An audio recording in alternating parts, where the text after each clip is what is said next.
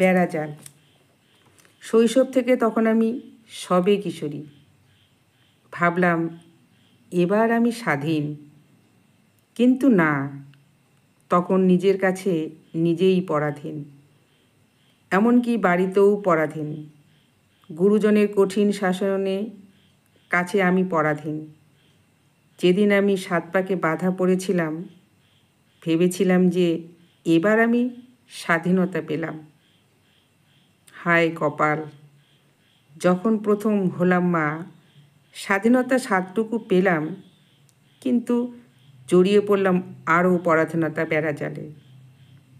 স্বাধীনতা কখন যে হারিয়ে ফেলেছি সমাজ, বিবেক আর কর্তব্যের কাছে, জানি না। পরাধীনতা কখন যে স্বাধীনতা হয়ে গেছে। আজ আমি একা। ভেবেছিলাম যে স্বাধীন, কিন্তু ভাগ্যে কি পরিহাস, সেই আমি পরাধীন। চিৎকার করে বলতে চাই, সেই আগের পরাধীনতা আমাকে ফিরিয়ে দাও। কলমে সুপ্রিয় দাস পাঠিয়ে।